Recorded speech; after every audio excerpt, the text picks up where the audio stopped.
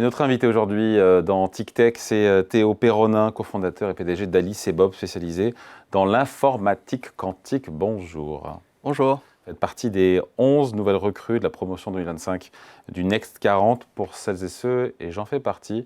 Pas Julien, qui lui a évidemment toujours un temps d'avance. C'est quoi exactement l'informatique quantique? Pour les débutants, pour les nuls, dont je suis les représentants sur ce plateau. L'informatique quantique, c'est un nouveau paradigme de calcul. C'est avant tout des nouvelles machines, c'est du hardware qui, au lieu d'être régi par les lois de la mécanique classique et donc d'être limité dans les mathématiques auxquelles elles ont accès, simplement des additions et des multiplications, ont accès à des mathématiques plus larges, celles de la mécanique quantique, et qui permettent d'accélérer exponentiellement la résolution de certains problèmes, comme simuler des molécules ou des gros problèmes d'optimisation. Ok, et donc vous là-dedans, vous faites quoi concrètement? Et donc nous, Alice et Bob, on est un acteur de hardware. Pourquoi Alice et Bob? C'est un peu une private joke de physicien. C'est les deux personnages clés, Alice et Bob, qui sont dans les exercices textbook pour représenter le point A et le point B dans ces exercices. Et donc nous, ce qu'on fait, c'est qu'on vient construire cette machine, cet ordinateur quantique, avec des bits quantiques supraconducteurs. Ah, des bits quantiques supraconducteurs. Exactement, ce sont des circuits imprimés qu'on va refroidir à très basse température, juste au-dessus du zéro absolu, et qui là, à ces températures-là, se comportent de manière quantique et nous permettent d'accélérer considérablement la résolution de certains problèmes. Mais ça sert à quoi tout ça? Pardon, c'est formidable d'accélérer les problèmes, mais c'est pour trouver quel type de solution et quel type d'application? Regardez, demain vous voulez concevoir une nouvelle batterie, un nouveau conducteur pour conduire l'électricité sans perte. Eh bien ça, aujourd'hui, vous n'avez pas d'autre moyen que d'essayer en laboratoire des matériaux un petit peu au hasard ou avec des méthodes empiriques. La chimie est une science rigoureuse, mais empirique. Pourtant, on connaît parfaitement les règles du jeu. C'est l'équation de Schrödinger, la physique est absolument exacte, mais on est incapable de résoudre le calcul. On n'a pas de machine qui aujourd'hui s'approche ou c'est absolument même invraisemblable d'essayer d'y parvenir. Et ça, c'est simplement parce que nos ordinateurs aujourd'hui, ou même les cartes graphiques qu'on voyait avant de Nvidia ou AMD, sont limitées dans les mathématiques auxquelles elles ont accès. Alors que dès qu'on a accès aux mathématiques de la physique quantique, ces problèmes deviennent complètement solubles. Et donc d'un coup, eh bien, on peut complètement changer la façon qu'on a d'approcher ces domaines-là et plein d'autres. Pour donner un exemple simple. Un exemple, c'est bien ça. Si vous prenez la pénicilline, une molécule certes obsolète, mais qui a eu un certain impact historique. On en prend encore de la pénicilline aujourd'hui, hein? Je ne suis pas médecin, je ne saurais pas dire. C'est une molécule d'une cinquantaine d'atomes, donc relativement petite molécule. Si vous voulez la simuler de manière exacte, il vous faudrait 10 puissance 83 bits de mémoire dans un ordinateur classique. Ça veut dire plus de bits de mémoire qu'il y a d'atomes dans l'univers. Ouais. Donc, ce n'est pas que nos ordinateurs classiques sont pas assez rapides ou pas assez gros aujourd'hui, c'est que c'est absolument invraisemblable. Alors que dès que vous avez accès à un ordinateur quantique suffisamment gros, de quelques centaines de bits quantiques sans erreur, et on va en reparler, d'un coup, vous pouvez exactement prévoir le comportement de cette molécule, comprendre avec quoi elle va réagir, comment elle va se comporter dans le corps humain et quelle va être sa fonction. Donc c'est un changement de paradigme très profond que là j'illustre sur la chimie et la biologie, mais qui va toucher beaucoup d'autres domaines avec des promesses sur les problèmes d'optimisation. Et je crois que je ne connais pas un business qui, quelque part, ne se résume pas à un gros problème d'optimisation, de la logistique à la forme optimale d'une aile d'avion, quels que soient vos problèmes. Qui fait ça en France? Des ordinateurs quantiques? Oui. Eh bien, la France est incroyablement bien dotée parce qu'on est l'un des pays avec le plus de start-up dans le domaine. On a 5 acteurs. Donc, on peut penser à mes camarades de Pascal, de Candela, de C12, de Cobly et nous, Alice et Bob, chacun sur des plateformes différentes avec des objets qui sont radicalement différents. Nous, on va utiliser des puces à très basse température.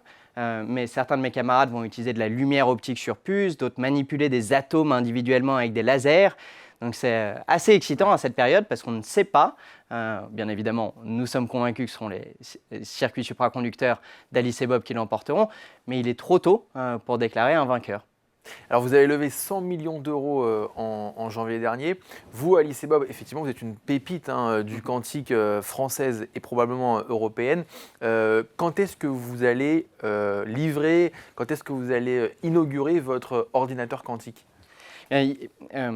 Disons que je vais reformuler un petit peu votre question. Mais commence mal, lui, non? Aujourd'hui, on a des ordinateurs quantiques, on commence à servir des clients avec ces prototypes, mais qui sont encore à trop petite échelle pour dépasser les meilleurs supercalculateurs classiques.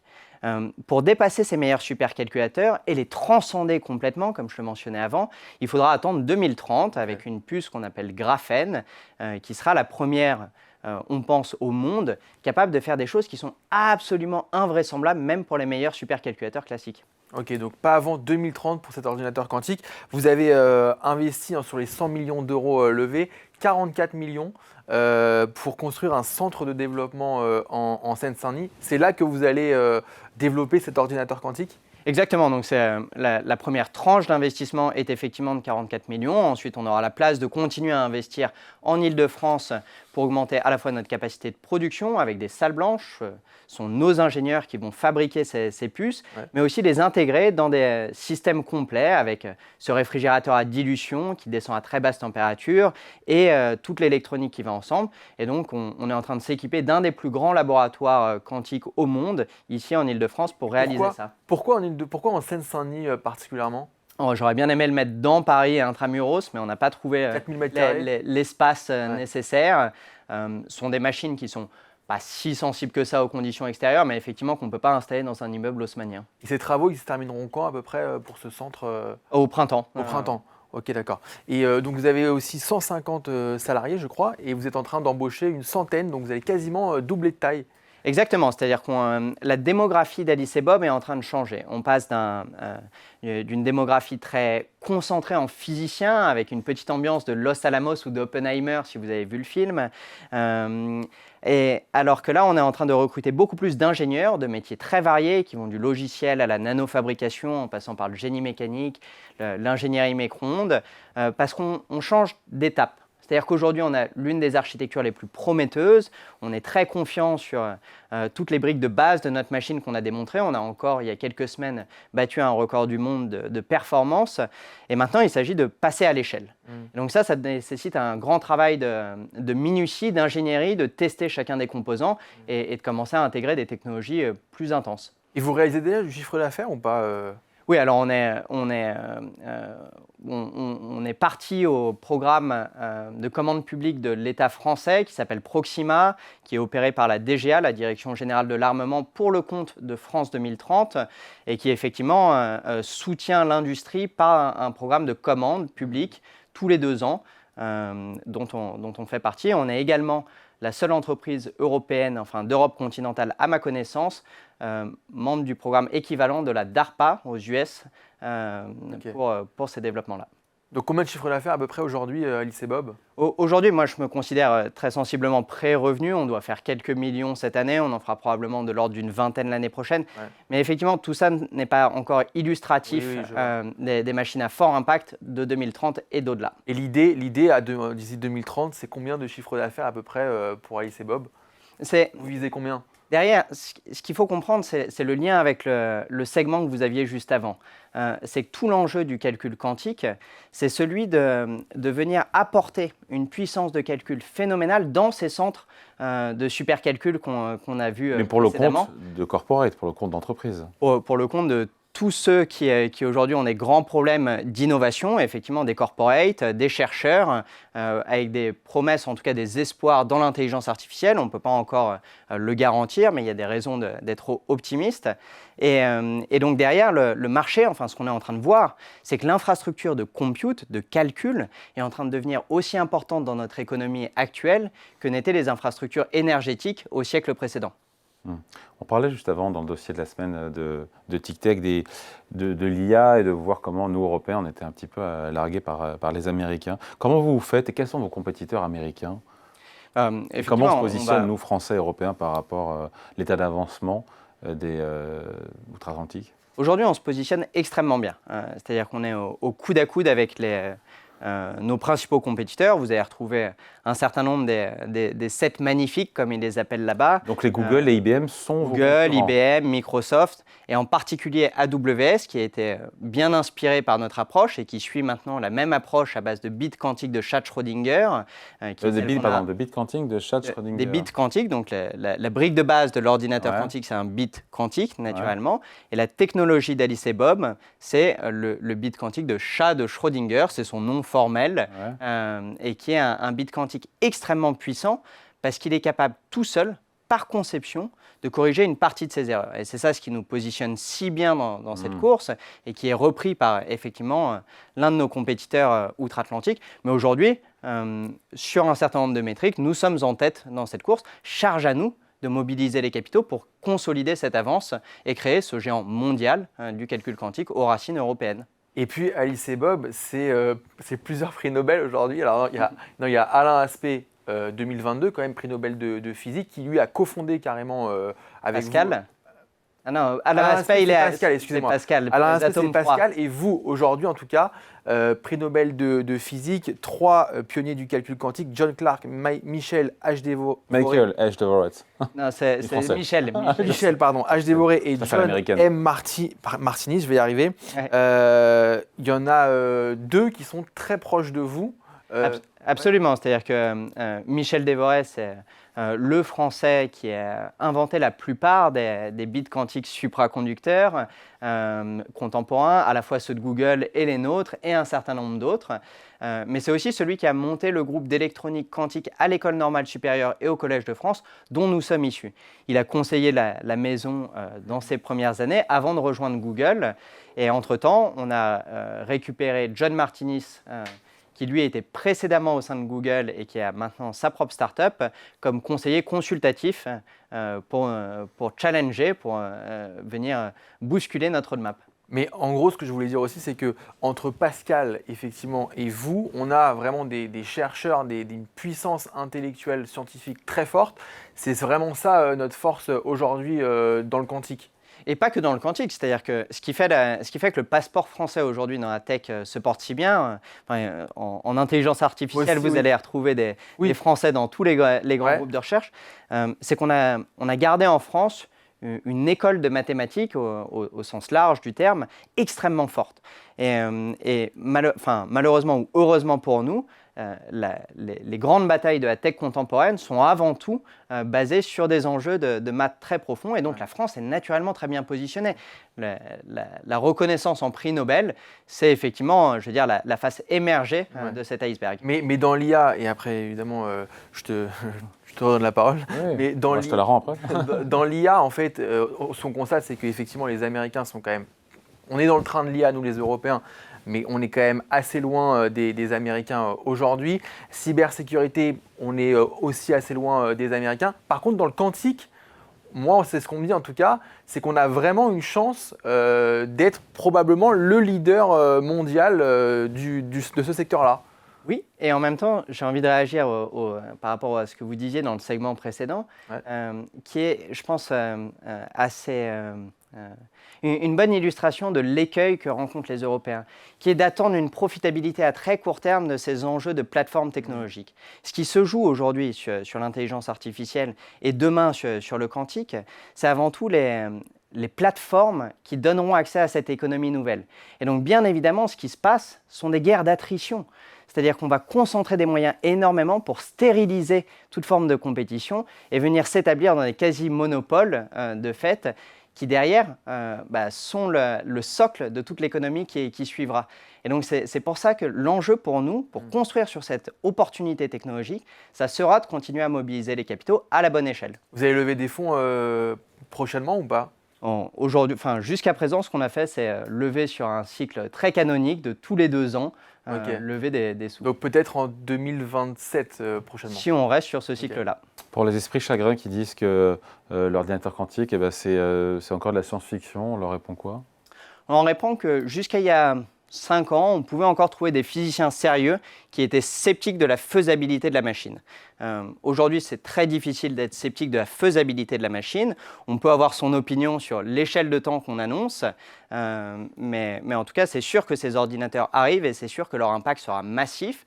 On a sorti il y a quelques semaines un rapport pour les centres de supercalcul que vous pourrez retrouver sur notre site web, qui rassemble tous les cas d'usage connus, démontrés aujourd'hui de l'ordinateur quantique et la taille des machines associées, ce qui vous permettra de suivre l'industrie de près et de voir que non seulement nous, mais un certain nombre de nos compétiteurs avancent très vite vers ces machines-là.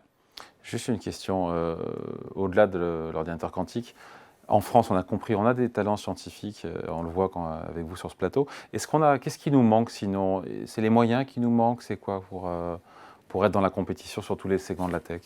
Je pense que c'est de l'audace, c'est d'aller au bout de nos ambitions. Et peut-être qu'un point qui est vraiment difficile en Europe ou qui est culturellement pas acceptable, c'est qu'il faut que les startups meurent plus vite. Et ça, c'est une conversation qui est difficile d'avoir. Ça veut dire quoi? Il faut que les startups meurent plus vite? Eh bien, c'est très mécanique. Il faut qu'on soit plus rapide dans le fait de sélectionner nos champions pour concentrer les capitaux et recycler les talents. Donc mettre le paquet sur 4-5 champions en termes d'investissement et laisser mourir les autres. Organiser cette compétition de manière saine, et c'est ce que le programme Proxima de la DGA et de France 2030 fait de manière très intelligente, c'est à travers de la commande publique de plus en plus exigeante de faire émerger les acteurs capables de livrer et de les soutenir à la bonne échelle. Un mot peut-être sur la situation politique actuelle. On parlait des entrepreneurs de la French Tech qui sont exaspérés par ce qui est en train de se passer. Vous êtes inquiet, vous, de cette situation et comment ça peut changer? Est-ce que ça peut vous impacter? Non, je leur souhaite bon courage. Je pense que l'équation est horriblement difficile à résoudre. Ouais, sauf que peut-être que l'ordinateur quantique pourra la résoudre. J'ai peur qu'on ait besoin d'une solution un peu plus vite que d'ici 2030.